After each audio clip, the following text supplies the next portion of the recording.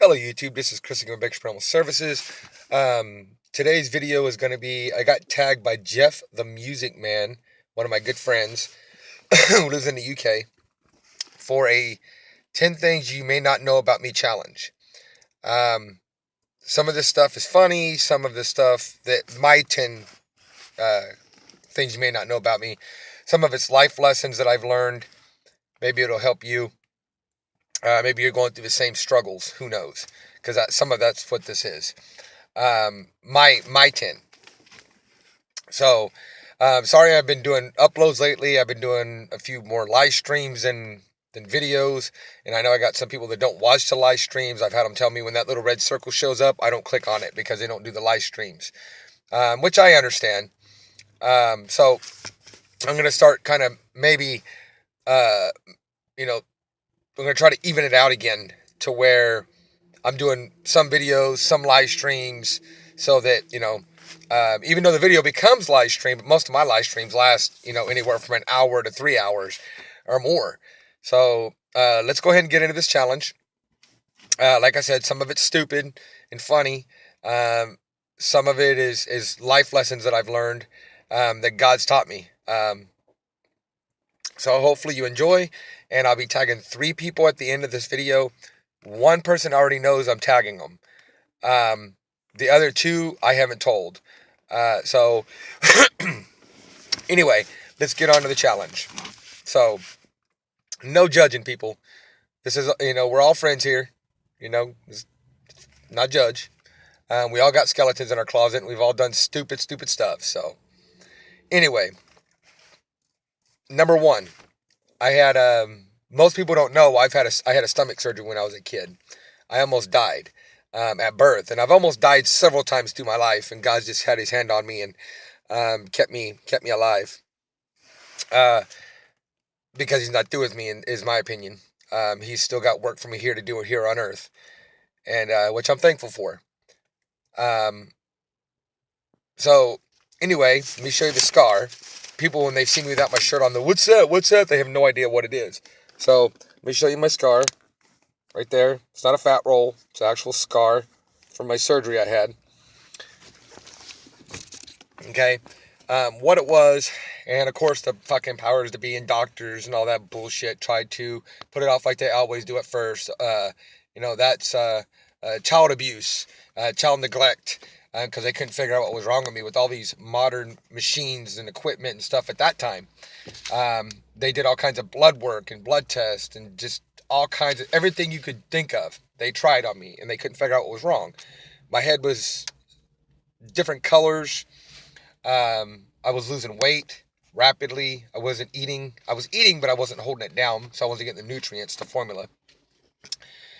And this goes to show that a lot of times the old school ways is always better, 9 times out of 10. So with all these fancy doctors and fancy equipment and all this money and everything else, nobody could figure out what was wrong with me, and I was dying. And so my dad took me to a old school, I'm going to call him like a mountain doctor, if you would. So he held me up to the curtain, to the window, opened the curtains, and he put a bottle in my mouth. And I started eating, and he could see the formula go down. Well, he could see my it moving. He couldn't see the actual formula, but he could see it moving under my skin. He could see it moving. And when it got to where my stomach muscle was, to where the food goes in and out, the muscle, it contracts and goes in and out, it would close. The formula would hit my top of my stomach, and then the formula would shoot right back up. So the doctor told my dad and my mom that I needed to have a stomach surgery, have the muscles cut, and that I would be okay, that I just wasn't getting the nutrients that I needed. That was one of the things that was wrong with me. And so they did it, and I've been a bottomless pit for food ever since. Everybody always asks me if I got a hollow leg. I'm like, no, I ain't got a hollow leg. I think it has to do with that surgery. And my metabolism's always been real high, so I can eat a house and not gain a pound. Well, when I was younger, I'm starting to kind of put the weight on now, but So anyway, let's move to number two. Number two, there was this movie back when I was a kid, and I used to watch the shit out of it. And for all you little snowflakes out there, start saying, "Oh, see, video games and movies and this and that are bad for you, and they cause violence, and they cause no, stop, stop. It's false." Me and my friend, we decided we were watching Bloodsport one night. He was standing out at my house. My grandma was at my grandma's. She was alive and stuff, and I was more living with her at that time than I was at home on my ranch. And so we were watching Bloodsport. At the end of the movie, if you don't know what Bloodsport is, it's Jean-Claude Van Damme, and it's kind of like a street cage fighting kind of a thing. Actually, really good movie. If you haven't seen it, go watch it. Go find it and watch it. It's really good. And we decide we're going to do our own Bloodsport in my bedroom. Yeah. Did not turn out too good.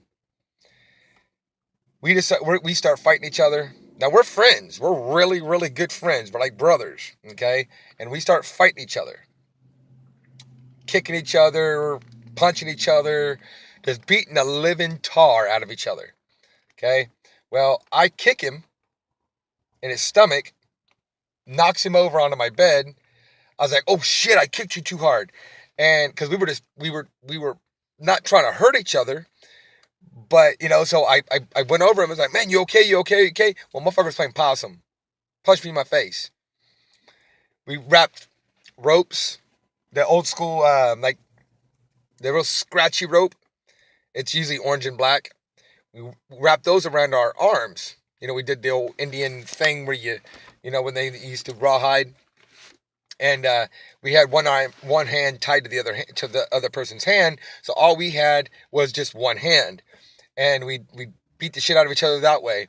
And then we switched hands because we were both right-handed, and obviously I had my right hand to his left hand, or his right hand, and so we weren't really being able to get good swings.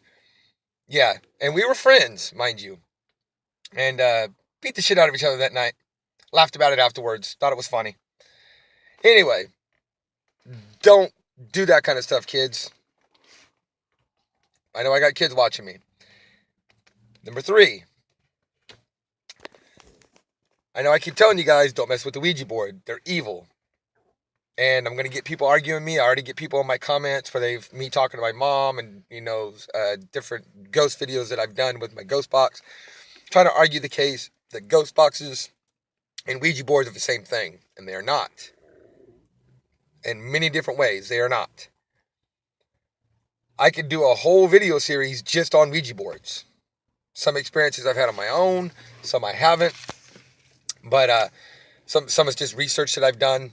Anyway, so I played with the Ouija board back when I was a kid, when I was younger. My grandma just passed, and I was, actually, no, she hadn't. She hadn't, if I remember right.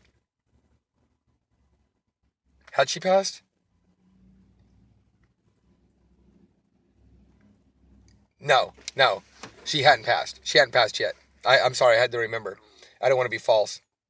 So anyway, I'm in my grandma's garage that got turned into a bedroom. It was her bedroom. For a long time, it was her bedroom. Then she switched to a room in the house because it was easier for her. She had gotten old. And I'm dabbling with the Ouija board. I didn't know what it was at the time. I mean, I knew what it was, but I didn't realize the seriousness of it. And so the planchette started moving itself. Not very much, just a little bit. And I've told you guys in in live streams and stuff, most of my family, if not all of them, are into the paranormal. Some of us are paranormal investigators, but most of my family is into the paranormal. So I called my Uncle Joe and I told him what was going on. And he told me, he goes, "Yeah, those are evil. Stay away from them." He told me to read the Bible to it. So I started reading Bible verses to it. All I'm going to say, the board didn't like it. So I called him back up and I told him what was going on. He told me to burn it. So I burned it. And I grew up in the mountains. I grew up on a ranch. And so I know we didn't have gas furnaces and stuff. We had wood burning fireplaces. And the wood burning, I know what they sound like. I know what different types of wood sound like. I know what the popping and screeching sounds like of uh, the sap, air pockets, so on, so on. I know what it all sounds like. That's not what this sounded like. This sounded like something right out of hell. Like some kind of demon or demons, because it sounded like multiple different screeching at the same time. Bad deal. Yeah, stay away from Ouija boards, guys. So anyway, let's get on to number 4. So I used to do crank real bad. I was constantly high every day, all day, every day. If I wasn't high, I was drunk. If I wasn't drunk, I was I was high, and I was both a lot of times. And on crank, but it's a methamphetamine. Um, so people would ask me, and I'm very vocal with this. I've told people in my personal life this. It's not something I'm ashamed of. Um, I wish I never had done it, but it's something that had to happen in my life. Just like everything, there's a reason. So anyway, so everybody kept asking me to friends, family, loved ones to stop doing it. And I'd always say, fuck you. This is my life. I'm not hurting anybody but myself. You don't like it, leave. Well, I met my wife November 15th, 2000. And at that time, I was wearing size 7 girl pants. The pants were guy pants, but they were size 7 in girls size. Really bad, really sucked up at that point in my life. And not doing some so nice things. And so God sent my wife to me for multiple reasons. But I feel that God sent me my wife for this one reason, and as many as others. I known her 3 days after I met her. She tells me, I just got out of a relationship with somebody doing drugs, and I don't want to bring myself or my son into that kind of a relationship again. Now, mind you, I'd only known her 3 days. And I was coming down real bad. Looked like something you'd see in a movie. I was sitting in the bathroom, light off, hand up on my head, rocking back and forth, touching my elbows to my knees. And I had 2 roommates, 2 good friends, roommates at the time. And they were just like me, big partiers, doing drugs and drinking all the time, and just partiers. And one of my buddies showed up. It's my roommate. And he, at the time, and he shows up, he has a bag of crank. And he comes in, he goes, hey man, I got a sack. Let's go ahead, let's get high. I said, no, I'm not doing it no more. My wife, walks out of the bathroom. And he's like, what do you mean? I was like, quit. My girlfriend at the time, what I told him, I said, my girlfriend just told me, she's in me or the drugs. I just barely, I don't know why, I just barely met her, but I know she's the one that's meant for me, and I love her, and I don't want to lose her. And so he's all, man, I congrats, man. I'm glad you quitting. And they're both sober now too, off of it. They don't do crank or anything like that no more. But my wife comes back in and she goes, girlfriend again at the time. She comes back in and she goes, you can do it one more time if you want. And I said, no. I'm the kind of person, when I make a decision, I make that decision and I don't change it. One more time will be one more time will be one more time will be one more time, and so on and so on and so on. And it'll never stop. This will pass. I'll be okay. And 17 years, November 18th of this year, will be 17 years clean from crank. And every time I tell this story, even like right now, I keep getting popping in my head, 3 months. You had 3 months to live. Why that number?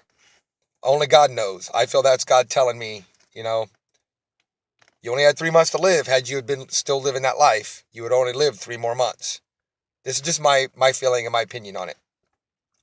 And every time I tell this story, it pops in my head because I think that's God telling me, yeah, remember, you go back to that life, you won't have very long to live.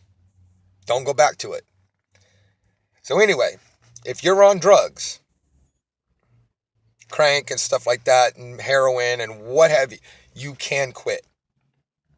You can quit. And you can stay clean. See, I thought I had to be high to have fun. I don't have to be high.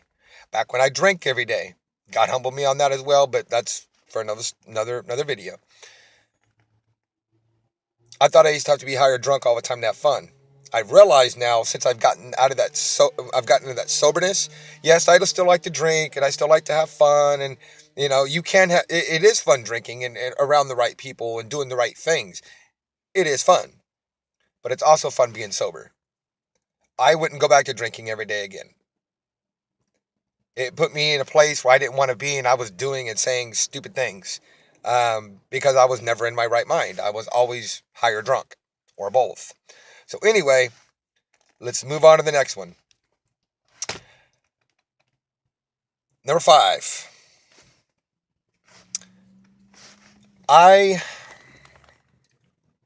This one, like the Ouija board, not proud of, but it's something I did. And again, it's something that had to happen for a reason. And I've dabbed into the magic, if you would. Not the sleight of hand bull crap. I'm talking about when I was younger. I've dabbed a few times into magic. Now you can sit there and argue all day long. White magic, black magic, good witch, bad witch. As a Christian, we don't see it that way. Okay, now the sleight of hand, magic stuff like you would see David Copperfield, stuff like that. That's nothing wrong with that. It's entertainment. But there was times where I would try to use magic because I'd gotten told about it from people and I'd seen it online and different things like that. To get a girl that you want, or to get money, or to get this, or to do that, or do this. Use this spell, use that spell, use this spell. And no matter how good that spell seemed to be, no matter how good it seemed to be, something bad always happened on my end. I'd either get sick, I would lose money, I would get in fights with friends. Shortly after, I would do, and I haven't done that many, but I've done a few. When I was way, way, way younger and naive, just like with the Ouija board. I would lose jobs. Just so on and so on and so on. So yeah, stay away from the black magic stuff, white magic, all the magic. Stay away from it. You want to watch David Copperfield, stuff like that. People doing magic tricks where it's sleight of hand, smoke and mirrors. Cool. I like them. I watch them. I think it's entertaining. But I will never go back to doing that kind of stuff. It wasn't something I did all the time, but it was something that I did dab into and that I did try a few times. And every single time I did, something bad always happened, no matter what the spell was. Now, go back to the Ouija board thing real quick. There was a time me and my buddy was reading stories online about Ouija boards. And I forgot to mention this when I was talking about the Ouija board thing. And out of nowhere, we both got this eerie feeling like we were being watched. We both got cold spots around us. The temperature instantly dropped. It was a summer night. Temperature around us instantly dropped to almost, it felt like it was freezing. And we weren't even touching a Ouija board. We were reading Ouija board things that people had experienced, bad things. And we both kept seeing out of the corner of our eye like somebody walking and like a black mass. And we would look over and nothing be there. And a lot of the times we'd both see it at the same time and turn our heads and go, "Did you see that?" Exactly at the same time. So it wasn't my figment of my imagination or his figment of his imagination. And all of a sudden, and he's a big dude, ex-Navy, everything, big dude. And he's like me, he don't fear much, if anything at all. And he got a bad feeling about he needed to go home. And yeah. So anyway, yeah, Ouija boards, don't mess with them. Anyway, I'm already sitting at 20 minutes, so I'm going to go ahead and get off the Ouija board thing and get on to number 6. This one's a little bit more lighthearted. I've always wanted the General Lee and the kit car. And my younger son wants it too, both of them. And we would like to build them together. If I ever get the money up together, I want to buy the Charger, the General Lee, and the Pontiac, and I would like to build them as a project with my son. And then when I pass, I can give him the cars. We're probably going to do the General Lee first, just because it's such a simple thing to do. It's so much easier and cheaper than it is the kit car, just because it doesn't have all the bells and whistles. It's a orange 69 Dodge Charger with a rebel flag up on top, a 01 paint on the side, doors welded shut, and orange. It's not a very hard car to make. So, anyway, let's move on to number 7. I'm holding the phone, so I can't put up 5 and 2 1s. I hated school. Hated it with a passion. Except for a couple classes like science, history, stuff like that, computer class. Which is kind of funny how it's flipped, because now I love research. I love having the knowledge. Back then, I liked some of the teachers, just didn't like the school, didn't like the class. I would ditch and go party. Now I do more studying than I do partying.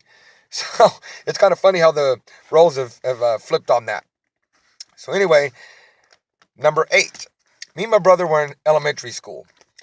And these high schoolers decided they wanted to take our lunch money. We decided to show them they didn't want it that bad. We had the old school lunch boxes that were the metal ones. With the Hulk Hogan on it, or the Ultimate Warrior, or Knight Rider, or Dukes of Hazzard, whatever, G.I. Joe, whatever. The old metal lunch boxes with the metal thermoses. Okay? And so they decided they were going to try to take our lunch money. Me and my brother, especially back then, we'd fight at the drop of the hat, and we'd drop the hat. So we always looked for a fight. We were always looking for a reason to beat somebody up. Not being bullies, just looking for a reason to fight. And so we decided we were going to clean their clocks. There was about 5 of them. High school kids with these lunch boxes. And we beat that shit out of them. When the bus pulled back up to pick us up for school, we went walking on the bus, and they were laying there on the sidewalk. Don't be a bully, people. You don't know who you're bullying, and you don't know what's going to happen when you bully somebody. You don't know who that person is. They may look like a small person, but yeah. And those high schoolers found out real quick. Just because we were elementary and a lot younger and a lot smaller, and there was more of them than us, didn't mean a damn thing. So anyway, this one's funny. Number 9.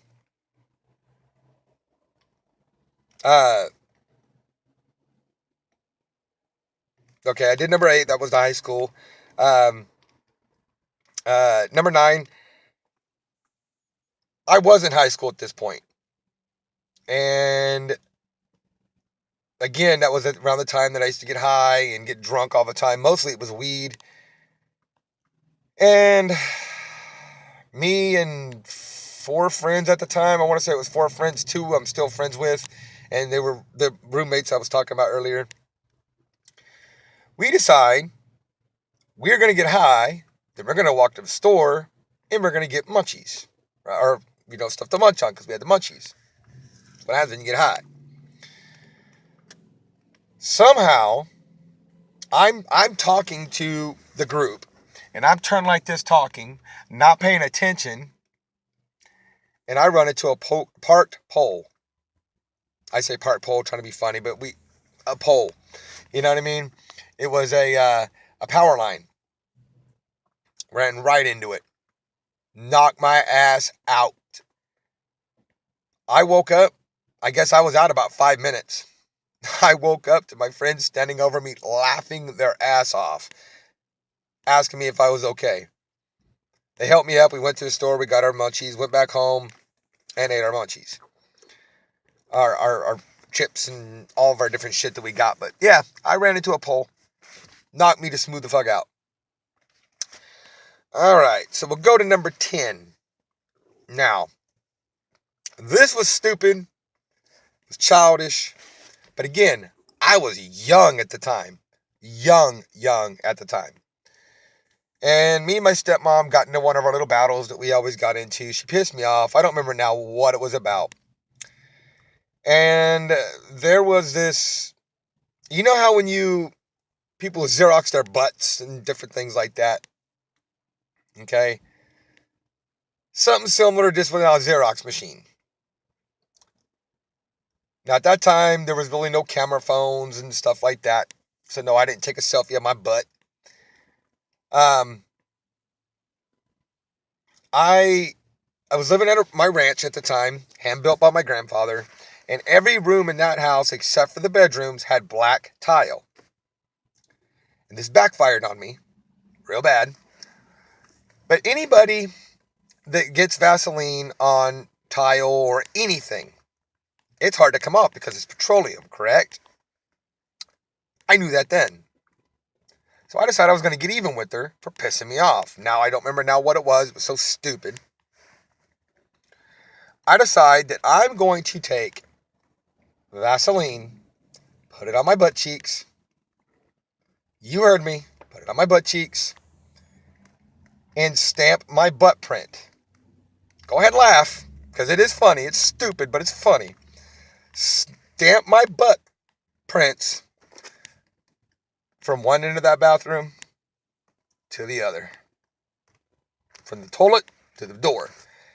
And my grandpa didn't build small rooms in that bathroom, in that house. Every room was pretty good size, even the bathroom. We didn't have running water. Okay? That's why I said I was trying to get even with her. Vaseline on a black floor with my butt cheeks. You can clearly see his butt cheeks. It's not going to be easy to get up, right? So I figured, I'm going to get you back. You're going to be cleaning this up. To you. No. See, this is how it was when I was a kid. You did it, you clean it up. You fucked up, you fix the mistake. They didn't go, parents go, wipe, clean it up or whatever. No, you took care of it. You did it, you fix it. Like I said, not a proud moment of mine, very stupid, shouldn't have done it. It's funny now that I look back at it, but yeah. Don't do that, kids. Don't do that.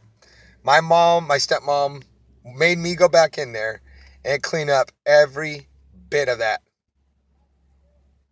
Like I said, from the toilet to the door, butt cheek prints. Boom, boom, boom, boom, boom, boom.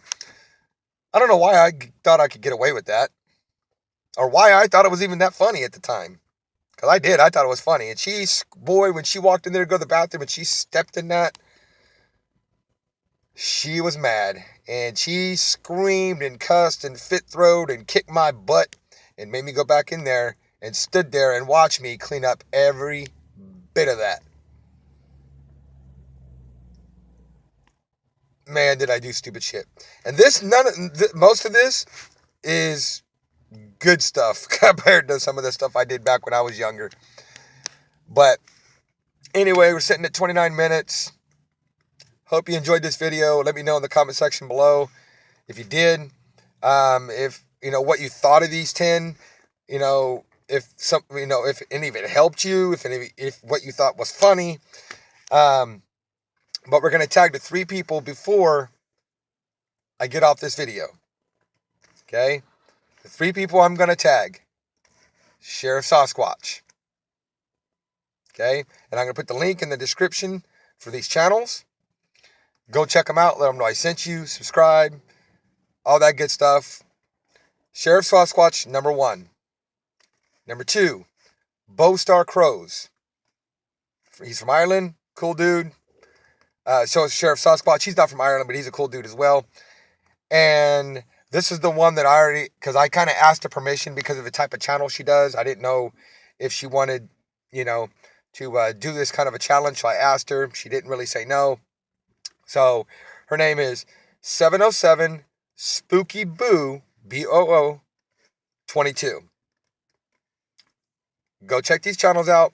You 3 channels, when you have your videos up, make sure you let me know. I will come check them out. Rate, comment, subscribe. I'll see you guys on the next one.